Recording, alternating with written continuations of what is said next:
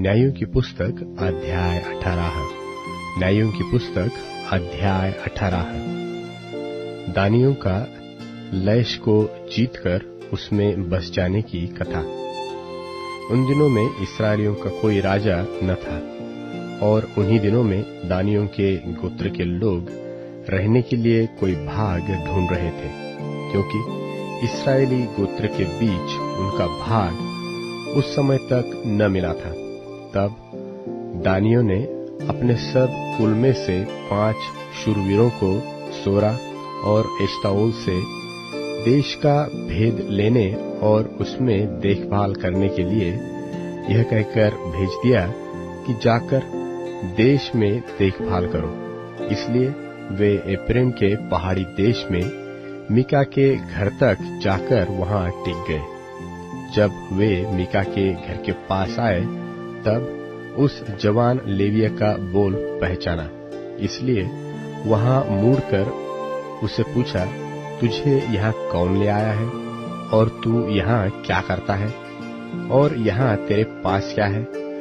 उसने उनसे कहा, मीका ने मुझसे ऐसा ऐसा व्यवहार किया है और मुझे नौकर रखा है, और मैं उसका पुरोहित हो गया हूँ।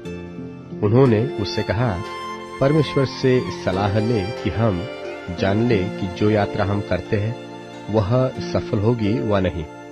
पुरोहित ने उनसे कहा, कुशल से जाओ, जो यात्रा तुम करते हो वह ठीक यहोवा के सामने है। तब वे 5 मनुष्य चल निकले और लैश को जाकर वहां के लोगों को देखा कि सीदोनियों की नाएं निडर, बेखटके और शांति से रहते हैं, और इस देश का कोई अधिकारी नहीं है जो उन्हें किसी काम में रोके, और ये सीदोनियों से दूर रहते हैं और दूसरे मनुष्यों से कुछ व्यवहार नहीं रखते। तब वे सोरा और एश्ताओल को अपने भाइयों के पास गए, और उनके भाइयों ने उनसे पूछा, तुम क्या समाचार ले आए हो? उन्होंने कहा, आओ हम उन लोगों पर चढ़ाई करें, क्योंकि हमने उस देश को देखा कि वह बहुत अच्छा है।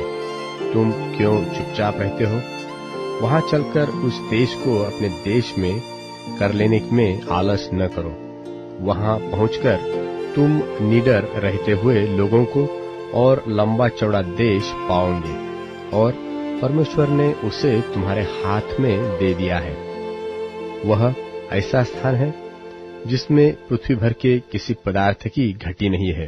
तब वहां से अर्थात सोरा और एश्ताओल से दानियों के कुल के 600 पुरुषों ने युद्ध के हथियार बांधकर प्रस्थान किया। उन्होंने जाकर यहूदा देश के किर्यत्यारीम नगर में डेरे खड़े किए। इस कारण उस स्थान का नाम महनेदान आज तक पड़ा है। वह तो किर्यत्यारीम के पश्चिम की ओर है।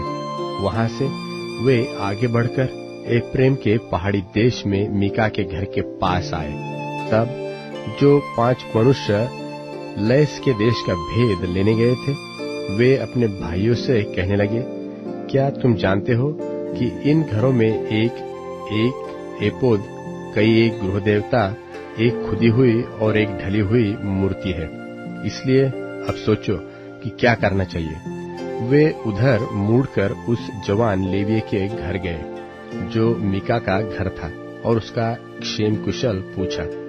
और वे 600 दानी पुरुष फाटक में हथियार बांधे हुए खड़े रहे, और जो 5 मनुष्य देश का भेद लेने गए थे, उन्होंने वहां घुसकर उस खुदी हुई मूरत और एपोद और गृह देवताओं और ढली हुई मूर्तों को ले लिया, और वह पुरोहित फाटक में उन हथियार बांधे हुए 100 पुरुषों के संग खड़ा था।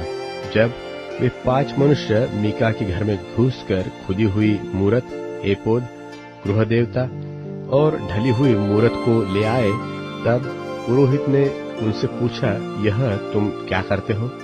उन्होंने उससे कहा, चुप रह और अपने मुंह को हाथ से बंद कर, और हम लोगों के संग चलकर हमारे लिए पिता और पुरोहित बन। तेरे लिए क्या अच्छा है, यह कि एक ही मनुष्य के घराने का पुरोहित हो, व यह कि इसराइलियों के एक गोत्र और कुल का पुरोहित हो। तब पुरोहित प्रसन्न हुआ, सो वह एपोद, गृह देवता और खुदी हुई मूरत को लेकर उन लोगों के संग चला गया। तब वे मुड़े और बाल बच्चों, पशुओं और सामान को अपने आगे करके चल दिए। जब वे मीका के घर से दूर निकल गए थे, तब जो मनुष्य मीका के घर के पास वाले घरों में रहते थे, उन्होंने इकट्ठे होकर दानियों को जा लिया और दानियों को पुकारा। तब उन्होंने मुंह फेर के मीका से कहा, तुझे क्या हुआ कि तू इतना बड़ा दिल लिए आता है? उसने कहा, तुम तो मेरे बनवाए हुए देवताओं और पुरोहितों को ले चले हो, फिर मेरे पास क्या रह गया? तो तुम मुझसे क्यों पूछते हो कि तुझे क्या हुआ है? दानियों ने उससे कहा, तेरा बोल हम लोगों में सुनाई न दे, कहीं ऐसा न हो कि क्रोधी जन तुम लोगों पर प्रहार करे और तू अपना और अपने घर के लोगों के भी प्राण को खो दे। तब दानियों ने अपना मार्ग लिया और मीका यह देखकर कि वे मुझसे अधिक बलवंत है, फिर के अपने घर लौट गया।